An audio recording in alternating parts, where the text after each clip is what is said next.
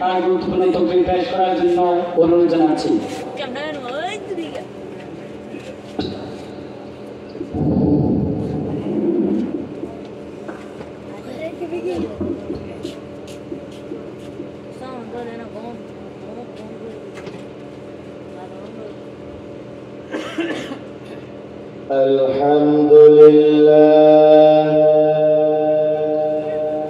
Alhamdulillah nahmaduhu wa nasta'inuhu wa nastaghfiruhu wa na'udzu billahi min shururi anfusina wa min sayyiati a'malina man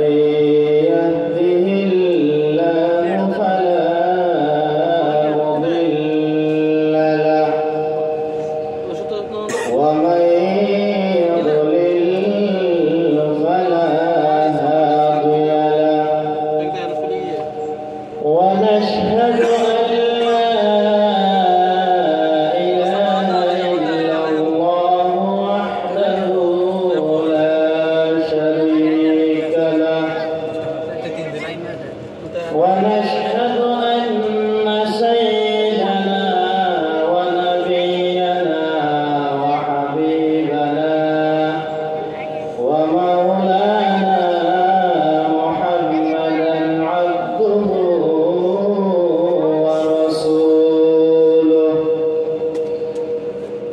الذي أرسله بالحق بشيرا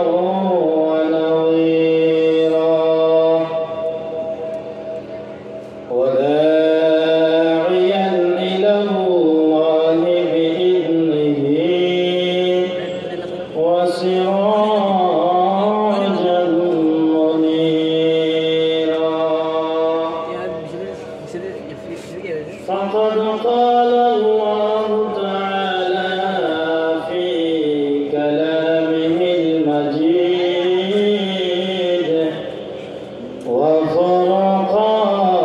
وفرقانه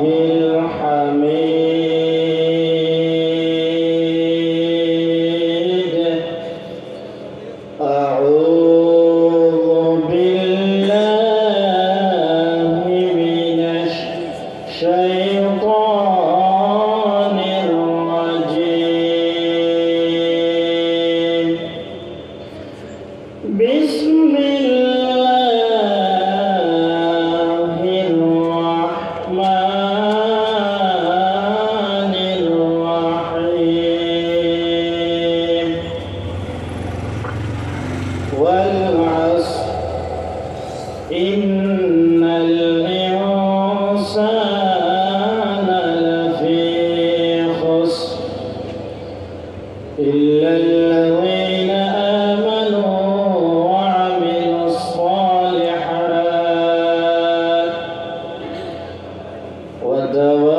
وتواصوا بالحق وتواصوا بالصبر صدق الله المولانا العظيم إن الله وملائكته يصلون على النبي يا أيها الذين آمنوا صلوا عليه وسلموا تسليما صلى الله على سيدنا محمد وآله وأصحابه وسلم صلى الله على سيدنا محمد وآله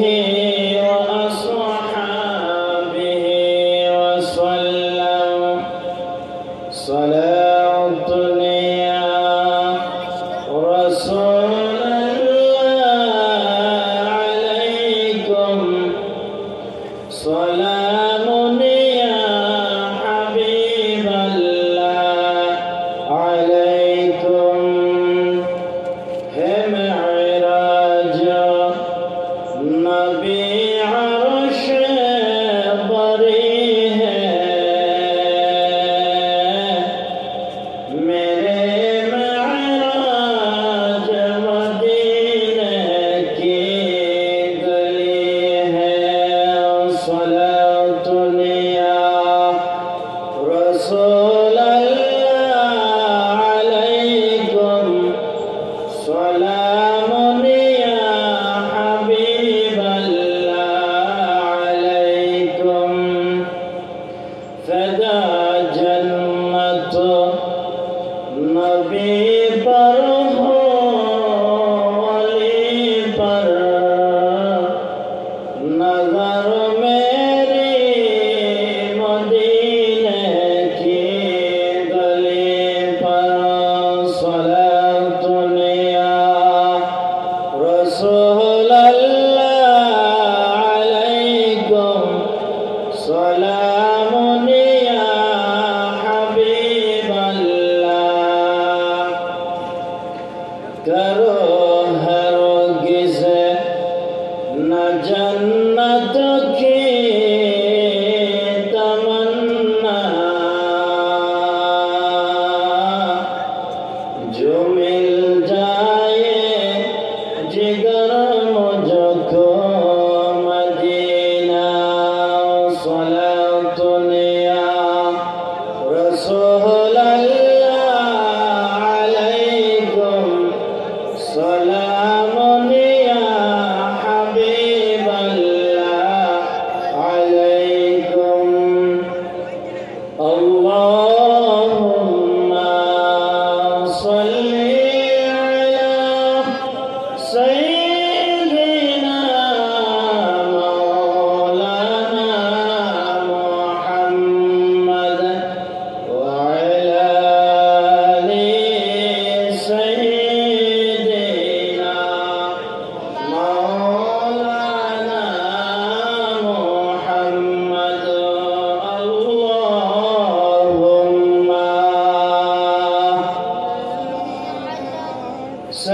सय्यिदिना मौलाना मुहम्मद व अला आलि सय्यिदिना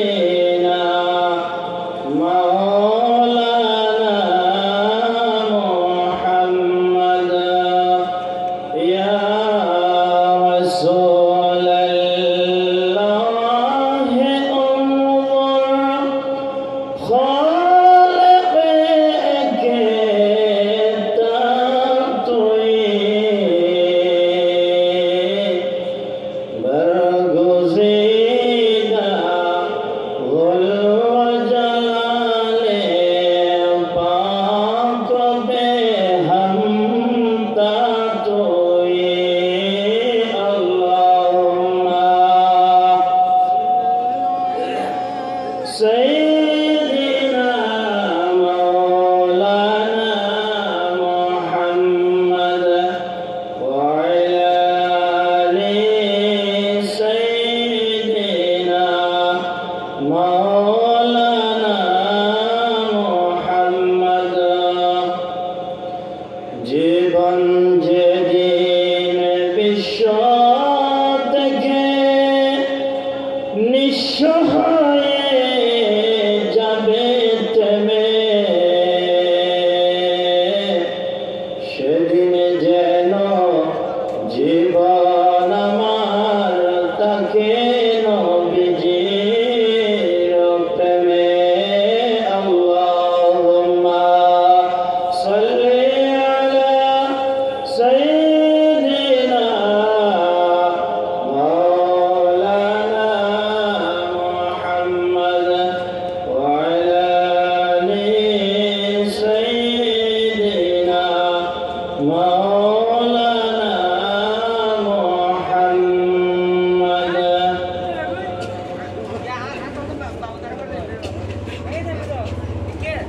हज़रत मौलाना अब्दुल सलाम शाह प्रकाश बड़ हुजूर रहमतुल्लाहि अलैहि स्मृति फाउंडेशনের উদ্যোগে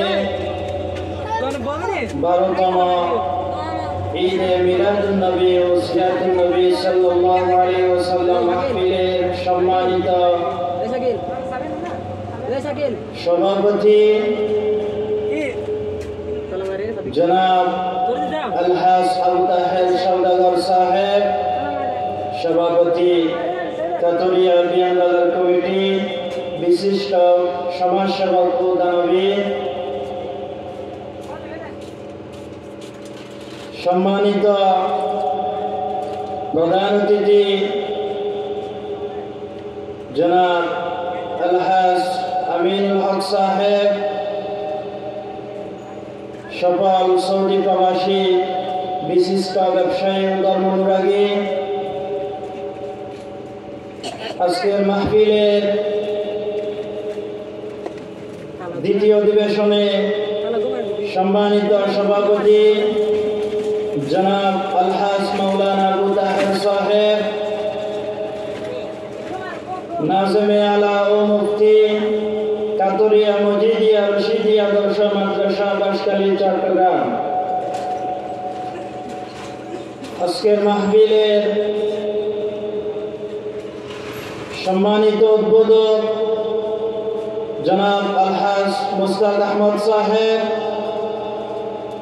সভাপতি ডিগ্রিপাড়া কুদ্দুসিয়া হাফেজিয়া মাদ্রাসা ও সৌদি প্রবাসী বিশিষ্ট সমাজসেবক ও দানবীর। আজকের মাহফিলে প্রধান বক্তা আলহাজ মাওলানা মীর আহমদ আনসারী সাহেব, সাবেক অধ্যক্ষ পালাগ্রাম হাকিমিয়া শাহ রহমতুল্লাহ আলাইহি ইসলামিয়া মাদ্রাসা বাঁশখালী চট্টগ্রাম। আজকের মাহফিলের বিশেষ বক্তা জলদি হুসাইনিয়া কামিল মাদ্রাসার উপাধ্যক্ষ জনাব আলহাজ মাওলানা আজিজুল ইসলাম সাহেব,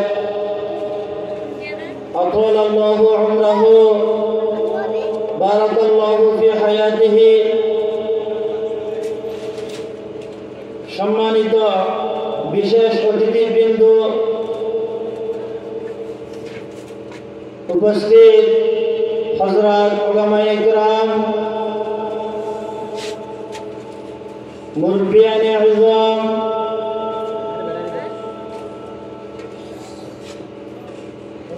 সম্মানিত ভাই এবং পর্দার আড়ালে মা এবং বোনেরা, আসসালামু আলাইকুম ওয়া রাহমাতুল্লাহি ওয়া বারাকাতুহু। আলহামদুলিল্লাহ সুম্মা আলহামদুলিল্লাহ, মহান আল্লাহ পাক রব্বুল আলামিনের দরবারে লাখো কোটি শুকরিয়া জ্ঞাপন করছি যে মহান রব্বুল আলামিন আজকের এই দিনে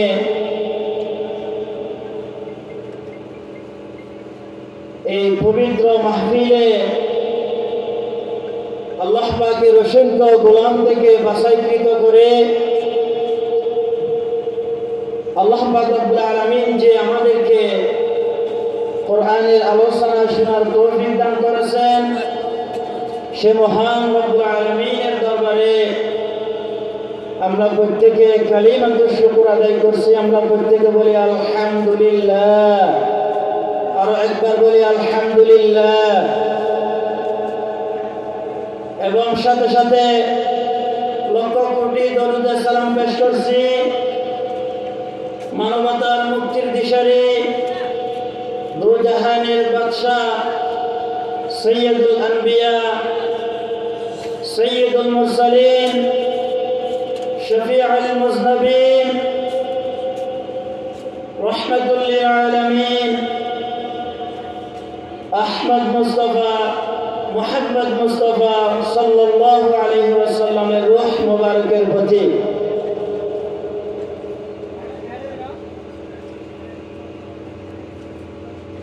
আমি আল্লাহ পাক রব্বুল আলামিনের দরবারে আবার শুকরিয়া আদায় করতেছি যে মহান রব্বুল আলামিন আমার মতো একজন নগণ্য গোলামকে, একজন নগণ্য ব্যক্তিকে যে আল্লাহ রাব্বুল আলামিন আপনাদের সামনে কিছু কোরআনে কারীমের আলোচনা পেশ করার তৌফিক দান করেছে, সে মহান রব্বুল আলামিনের দরবারে কোটি কোটি শুকরিয়া। আলহামদুলিল্লাহ।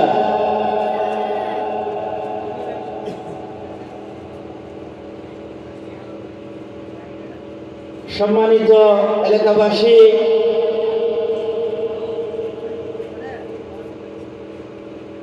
আপনারা এদিক ওদিক ঘোরাফেরা না করে মাহফিলের সৌন্দর্যের রক্ষার্থে মাহফিলের মধ্যে এসে পড়ুন।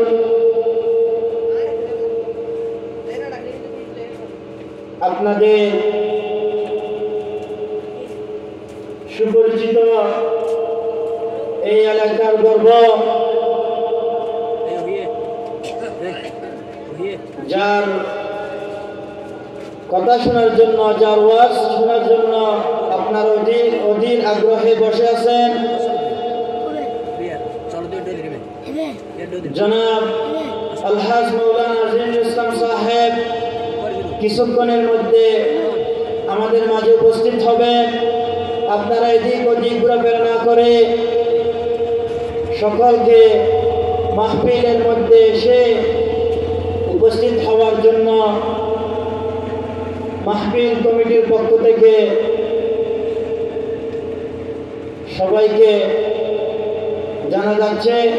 সবাই মাহফিলের সৌন্দর্য রক্ষার্থে সবাই মাহফিলের মধ্যে এসে পড়ুন। আমি আপনাদের সামনে কোরআনুল কারীম থেকে একটা সূরা পাঠ করেছি। এই সূরাটির নাম হলো সূরাতুল আসর। এই সূরাটি হলো 3 আয়াত বিশিষ্ট একটা সূরা।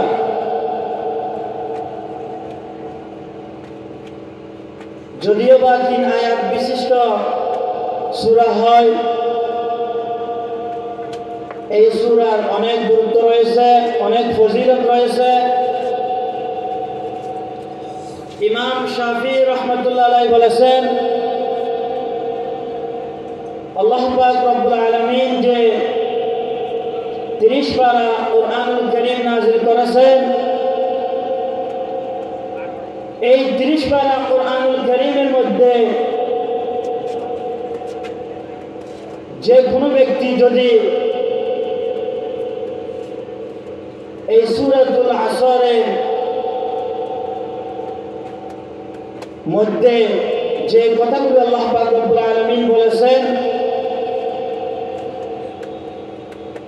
এইগুলো যদি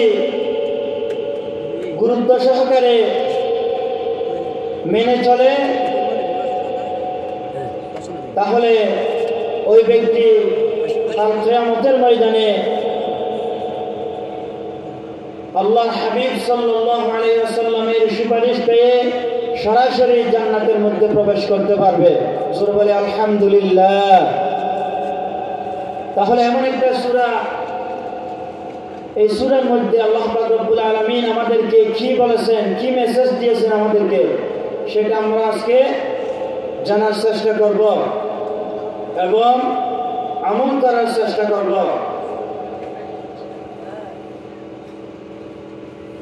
আল্লাহ পাক রব্বুল আলামিন বলেছেন, ওয়াল আসর,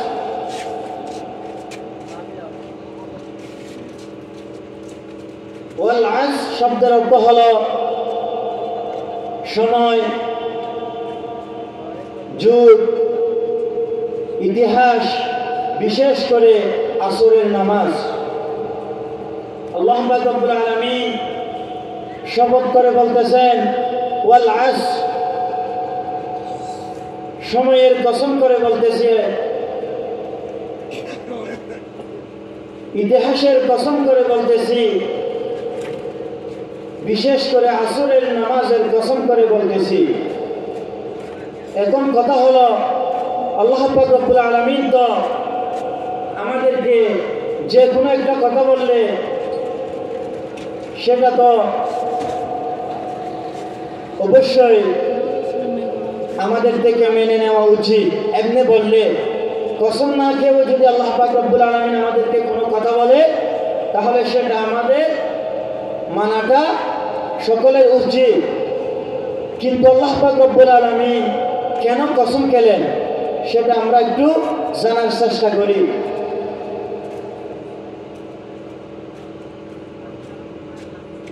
আল্লাহ পাক রব্বুল আলামিন বলেন, আমি কসম খাওয়ার কারণ হলো, যেভাবে আমার বান্দারা একজন অপরজনকে বুঝানোর সময়, একটা কথা বলার সময় গুরুত্ব সহকারে সেটা মাথায় নেওয়ার ক্ষেত্রে যদি আমার বান্দারা একটা কথা বলে, তাহলে সেটা তেমনিভাবে অন্য কেউ শুনে সেটা আমল করবে না, সেটা মাথায় নেবে না। কিন্তু আমার বান্দারা যদি বলে, আল্লাহর কসম করে বলতেছি এটা এইরকম, এটা এইভাবে। আপনাদেরকে একটা উদাহরণ দিই। আপনি দোকানের মধ্যে একটা জিনিস নেওয়ার জন্য গেলেন, যদি আপনি সওদাগরকে বলেন এটা কত টাকা, সওদাগর যদি বলে এটা 100 টাকা, তাহলে আপনি বলবেন একটু কমায় রাখেন। কিন্তু সওদাগর যখন বলবেন, কসম করে বলতেছি, আমি আল্লাহর নামে কসম করে বলতেছি এটা আমার 90 টাকা কিনে আছে, আমি মাত্র 10 টাকা লাভ করতেছি, তাহলে অবশ্যই আপনি সেটা বিশ্বাস যাবেন। সেই জন্য আল্লাহ পাক রব্বুল আলামিন বলেন, আমিও আমার বান্দার প্রতি কোনো কথা যদি গুরুত্ব সহকারে বোঝানোর জন্য আমি আমার বান্দার প্রতি বলে থাকি, তাহলে আমিও কসম করে সেটা বলি, যাতে আমার বান্দারা গুরুত্ব সহকারে সেটা শুনে এবং মেনে নেয়। সেই জন্য মহান আল্লাহ রাব্বুল আলামিন বলেন, ওয়াল আসরি, সময়ের কসম। এখন এখানে আল্লাহ পাক রব্বুল আলামিন সময়ের কসম কি জন্য খেলেন দেখেন। আল্লাহ পাক রব্বুল আলামিন বলেন, ওয়াল আসর, সময়ের কসম করে বলতেছি। সময়ের কসম কি জন্য খেলেন? আল্লাহ পাক রব্বুল আলামিন বলেন, এই সময়টা হলো, যুগটা হলো মানুষ এবং মানুষের হায়াতের সাথে সম্পর্ক। এই দুনিয়ার জীবনটা হলো মানুষের হায়াতের সাথে সম্পর্ক। মানুষের হায়াত যখন চলে যাবে, তখন মানুষের সাথে, ব্যক্তির নামের সাথে একটা শব্দ বাড়িয়ে বলবে। আব্দুর রহমানের সাথে যখন আব্দুর রহমান মৃত্যুবরণ করবে, তখন বলবে এটা আব্দুর রহমানের লাশ। আব্দুর রহিমের সাথে যখন আব্দুর রহিম মৃত্যুবরণ করবে, তখন বলবে এটা আব্দুর রহিমের লাশ। অর্থাৎ আল্লাহ পাক বলেন, মানুষের সাথে সময়ের সম্পর্ক, হায়াতের সম্পর্ক, হায়াত শেষ, মানুষ আর রইল না, সেটা লাশ নামে বিবেচিত হয়ে গেল। সেই জন্য আমি রব্বুল আলামিন গুরুত্ব সহকারে বুঝানোর সাথে আমি আল্লাহ বলতেছি, সময়ের কসম করে বলতেছি। এরপরে আল্লাহ পাক রব্বুল আলামিন বলেন, ইতিহাসের কসম। ইতিহাসের কসম কেন খেলেন দেখেন। ইতিহাস হলো নীরব সাক্ষী। নীরব সাক্ষী কেমন? আপনারা সকলে, আমি উদাহরণ দিয়ে বুঝবেন। নমরুদের নাম শুনেছেন এবং হযরতে ইব্রাহিম আলাইহিস সালামের নাম শুনেছেন। নমরুদ ছিল কুখ্যাত ব্যক্তি, গৃহীত ব্যক্তি, নিন্দিত ব্যক্তি। আর হযরতে ইব্রাহিম আলাইহিস সালাম ছিলেন নন্দিত ব্যক্তি, প্রশংসিত ব্যক্তি, ভালোবাসার পাত্র, মুমিনদের কলিজার টুকরা। এখন কথা হলো, আমরা তো আর ইব্রাহিম আলাইহিস সালামকে দেখি নাই নিজের চোখে, কিন্তু আমরা তো সেটা মনে প্রাণে বিশ্বাস করে নিয়েছি ইব্রাহিম আলাইহিস সালাম যে আল্লাহ পাকের নবী। আর আমরা তো ওই কুখ্যাত ব্যক্তি জালেম নমরুদকে তো আমরা কেউ চোখে দেখি নাই, কিন্তু আমরা ইতিহাস থেকে আমরা জানি যে নমরুদ ছিল একজন কুখ্যাত ব্যক্তি। আর আল্লাহর হাবিব খলিলুল্লাহ হযরতে ইব্রাহিম আলাইহিস সালাম ছিলেন আল্লাহর পয়গম্বর। সেটা আমরা কোথায় থেকে জানি? আমরা ইতিহাস পড়ে সেটা জানতে পারি। সেই জন্য আল্লাহ রাব্বুল আলামিন বলেন ইতিহাসের কসম, এবং বিশেষ করে আসরের নামাজের কসম করে আল্লাহ পাক বলেন। আসরের নামাজের কসম কি জন্য বললেন? আল্লাহ পাক রব্বুল আলামিন বলেন আসরের সময়টা হলো এমন যে সময়ে মানুষ বেশি ব্যস্ততার মধ্যে দিয়ে থাকে। অনেকে আমি আল্লাহকে ভুলে যাই, যার কারণে আসরের নামাজটা কাজা করে ফেলে। মাগরিবের ওয়াক্তের সময় 2 ওয়াক্তের নামাজ একত্রে পড়ে দেয় এমন ব্যক্তি আছে না নাই? কারণ হলো শয়তানের দুকায় পড়ে আমি আল্লাহ রাব্বুল আলামিনকে ভুলে গিয়ে আসরের নামাজ কাজা করে ফেলে। এবং আল্লাহর হাবিব সাল্লাল্লাহু আলাইহি ওয়াসাল্লাম বলেছেন